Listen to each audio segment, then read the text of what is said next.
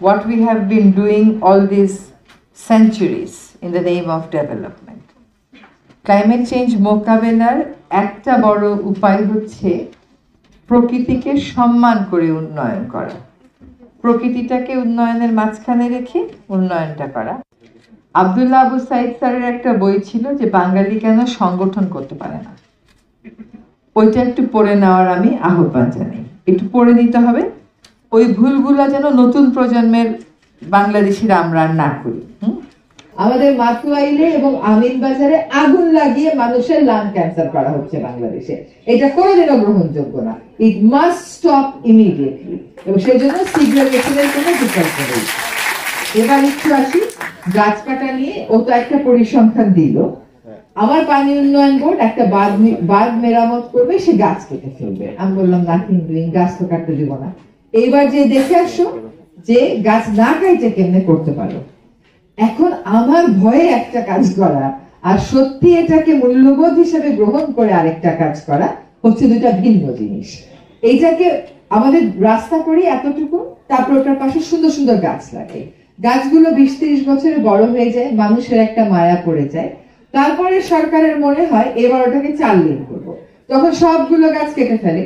যখন 2 লেন গাছ করে রাস্তা করে, তখনও যদি মনে করা হয় যে এই রাস্তাটা পরবর্তীতে আমরা 4 লেন করব, তাহলে তখনই তো একবারই তো জমি গ্রহণ হয়ে যায়। ওই 4 লেনের পাশেই গাছগুলো লাগান, তাইলে বাকি জায়গাটুকুনে ঘাস লাগিয়ে দেন, তাহলে যখন রাস্তা সম্প্রসারণ করবেন পুরনো গাছগুলো আর কাটার প্রয়োজন হবে না। একটা দেশে মানুষের সাথে গাছের একটা সম্পর্ক থাকবে না, তার একটা মায়া থাকবে না, সেই মায়াটাই হচ্ছে ভরসার জায়গা। এদেশের মানুষ আসলে গাছ কাটতে দিতে চায় না, জায়গায় জায়গায় সে প্রতিবাদ করে, কারণ সে গাছটাকে ভালোবাসে। গাছ নিয়ে 2টা গুরুত্বপূর্ণ কথা বলি। একটা কথা হচ্ছে যে আজকে ঢাকা মেডিকেলে একটা নিম গাছ পড়ে গেছে। এই আবার আপনি দেখবেন যে পুরাতন গণভবন যেখানে একটা জাদুঘর হচ্ছে, তার সামনেও একটা গাছ পড়ে গেছে। সেই গাছটাকে আপ্রাণ চেষ্টা করা হচ্ছে তোলার, কিন্তু তোলা যাচ্ছে না, কারণ ওর মাত্র একটু গোড়া লেগে আছে। আমরা চেষ্টা করছি যে ওই জাদুঘরের ডিজাইনটা এমন ভাবে করা যায় কিনা যে ওই গাছটা আমরা রাখতে পারি। ওইটার ব্যাপারে কথা দিচ্ছি না, সফল হতে পারবো কিনা জানি না। নিম গাছটার ব্যাপারে দেখেন, আজকে সকাল থেকে বন বিভাগ ওইখানে কাজ করছে, এবং ঢাকা মেডিকেলের স্বাস্থ্য উপদেষ্টা এবং বিশেষ সহকারীকে জানানোর পরেই ওনারা বলেছেন আপা আমরা গাছটা কাটবো না, আপনি বন বিভাগ থেকে লোক পাঠান।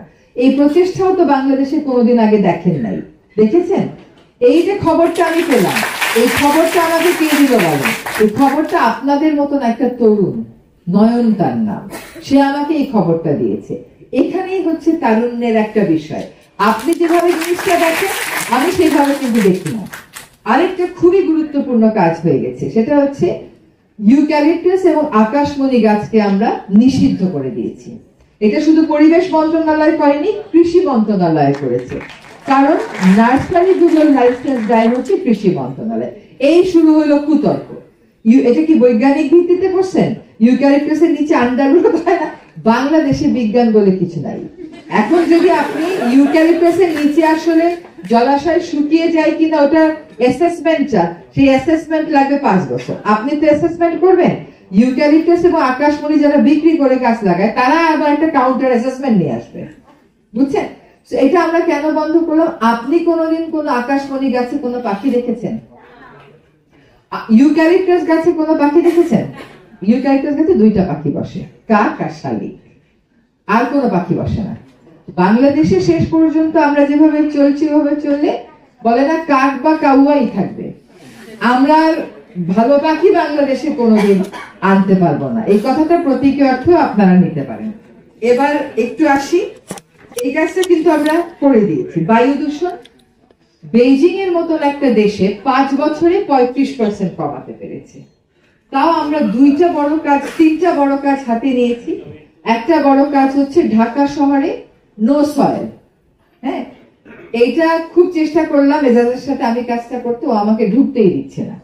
কিন্তু আমরা যদি দেখি জুন মাস পর্যন্ত ওরা গাছ না লাগিয়েছে, আমি বন বিভাগকে দিয়ে কি একটা আইভি লতা নাকি ওটা লাগিয়ে দেব।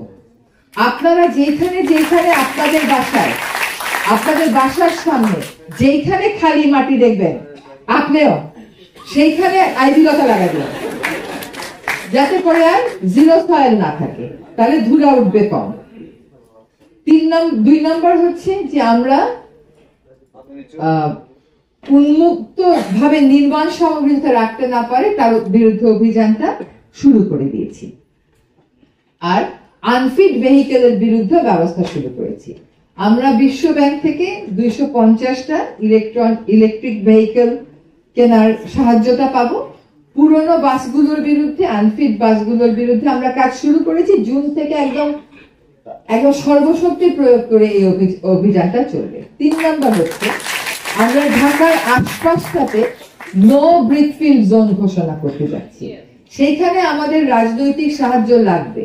তখন আপনারা এসে বললেন না যে ইট কোথায় পাবে, দূষণ নিয়ন্ত্রণ করে জিগজ্যাগ দেন, এগুলো কিছু হয় না যে সেটা তো দেখতেই পাচ্ছেন। আর ইটভাটা থেকে দেশের যায়, তার থেকে বহু টাকা আপনি সেভ করতে পারবেন মানুষকে, যদি আপনি বায়ু দূষণ থেকে বাঁচাতে পারবেন।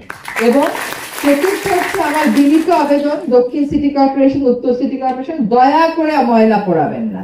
You are giving extremely polluted, additionally polluted air to the people, যেটা ইনহেল করলে লাং ক্যান্সার হবেই হবে, এটা থেকে কোনো মুক্তি নেই, এটা করা যাবে না। এবার একটু আসি যে আপনাদের ব্যাপারে, সংগঠনের ব্যাপারে একটু বলি। একটা কথা হচ্ছে কি, সৎ থাকা, সৎ, নিজের কাছে নিজে সৎ থাকবেন। খালি টাকা পয়সা না দিলেই মানুষ সৎ হয় না। আপনি একটা সরকারি চাকরি করেন, মাস শেষে বেতন নেন, আপনার কাজ হচ্ছে নদী ভাঙন ঠেকানো, সরকার আপনাকে অত টাকা দিতে পারে না। নদী যখন ভাঙে মানুষটার পাশে গিয়ে তো দাঁড়াইতে পারেন, বলতে তো পারেন যে আমি এই পরিকল্পনাটা করেছি, হেড অফিসে পাঠিয়েছি, এবার পারলাম না, পরের বার পারবো। সেটাও যদি না করি, এটা কেমন সততা হইল? নিজের কাছে নিজে সৎ থাকবেন। তরুণ নেতৃত্বের ব্যাপারে যেন আর্থিক অসততার অভিযোগ কেউ তুলতে না পারে।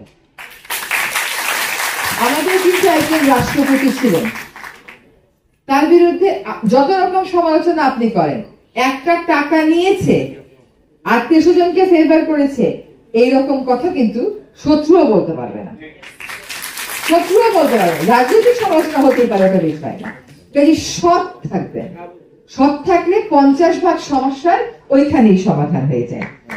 আরেকটা হচ্ছে আত্মত্যাগ করবেন। আমি তো জানি কয়েকদিন পরে আপনাকে কেন ডায়াসে উঠাইলো, ওকে কেন উঠাইলো না, এই নিয়ে আপনারা ঝগড়া করবেন। যদি নতুন বাংলাদেশ গড়তে চান, চেয়ারের জন্য মোহ করে করবেন না। আত্মত্যাগ না থাকলে, আত্মত্যাগ না করে কোন নেতা ইতিহাসে নাম করে নিয়েছে আমাকে বলেন? চে গুয়েভারা আত্মত্যাগ না করে নাম করে নিয়েছে? করে নাই। আমি দায়িত্বে যাব, গাড়ি পাবো, মিন্টু রোডে বাসা পাবো, একটা করে প্লট পাবো, বালু পাথরের ব্যবসা পাবো, কোরবানির হাটের ব্যবসা পাবো, জলাশয় পাবো, এই সমস্ত নিয়ে কেউ কোনোদিন জনপ্রিয় নেতা হবে না। হ্যাঁ, নেতা হবে, কিন্তু জনপ্রিয় নেতা হতে পারবে না। জনপ্রিয় নেতা হতে গেলে আত্মচর্চা করতে হবে, এইটা কিন্তু মাথায় রাখতে হবে। আর চেয়ারের জন্য কে আগে গেল, কে পরে গেল, এই নিয়ে অশান্তি শুরু হয়ে যায়, অনাবশ্যক অবিশ্বাসের বীজ বপন করা হয়, সম্পূর্ণ অনাবশ্যক, ভিত্তিহীন ভাবে সন্দেহের বীজ বপন করা হয়। এইটা করা যাবে না। এটা যখনই এই ধরনের সন্দেহের বীজ বপন করা হবে, তখনই বুঝতে হবে এটা ব্যক্তি স্বার্থে এবং গোষ্ঠী স্বার্থে করা হচ্ছে, তখন কিন্তু আর জনস্বার্থে উপেক্ষিত থাকবে। আরেকটা কথা হচ্ছে পারসিস্টেন্স। যা বলবেন বলতে থাকবেন, পরিস্থিতি যতই বিরূপ হোক না কেন, ফোকাসটা হারানো যাবে না। সোশ্যাল মিডিয়া এমন একটা বিষয় হয়েছে, এই 1 মিনিট কি আমাকে শোনা যাচ্ছে? আচ্ছা, এই যে তোমরা মিডিয়ার কথা বলি, আমি তো নিজের সম্পর্কে অনেক কিছু আবিষ্কার করি, যার সাথে আমার কোনো সম্পর্ক নাই সেটাও আবিষ্কার করি। তো এইরকম সোশ্যাল মিডিয়াতে জেনে না জেনে কোনো পোস্ট দেওয়া যাবে না, জেনে তারপরে পোস্ট দিতে হবে, কারণ এটা ম্যাটার করে। অনেক মানুষ এটা শোনে। তো মিডিয়া সারাক্ষণই নেতিবাচক যদি প্রচারে থাকে, আমরা সাহস পাবো কোথা থেকে? প্রথম প্রশ্ন আমাকে, আপা পলিথিন কি বন্ধ হলো? আমি যেন বাধ্য হয়ে উত্তরটা দিতে যে না। প্রশ্নটা তো এরকমও করা যায় যে আপা সুপার শপে তো বন্ধ হয়েছে, কাঁচা বাজারে কবে বন্ধ করবেন? হ্যাঁ, এই প্রশ্নটা আমাকে করবেন। এখন যখন সুপার শপে বন্ধ হয়েছে এই কথাটা বলা হয়, কাঁচা বাজারে গিয়ে কিন্তু একটা প্রভাব পড়ে। কাঁচা বাজার তখন ভাববে যে আরে ওরা তো বন্ধ করে দিচ্ছে, তার মানে আমাকেও বন্ধ করতে হবে। এইটা প্রশ্ন করা হয় না, প্রশ্নটাই সবসময় হচ্ছে নেতিবাচক একটা প্রশ্ন করা হয়। নেতিবাচকতা দিয়ে দেশকে ইতিবাচক লাইনে কেমন করে নিবেন? আপনার মনস্তত্ত্ব যদি নেতিবাচক হয়, কিছুই হচ্ছে না, কিছুই হবে না, এটাই যদি হয় কথা, তাইলে আর আমরা দেশকে আগাবো কেমন করে? এটা তো একটা গুরুত্বপূর্ণ প্রশ্ন। আরেকটা হচ্ছে আপনাদের সঙ্গ এই কোয়ালিশনের জন্য নারী থাকে, নারীর সমান অধিকার আপনারা নিশ্চিত করবেন। আপনারা নিশ্চিত না করলে নারীর সমান অধিকারের বিরুদ্ধে যারা থাকে তারা কিন্তু কোনোদিনও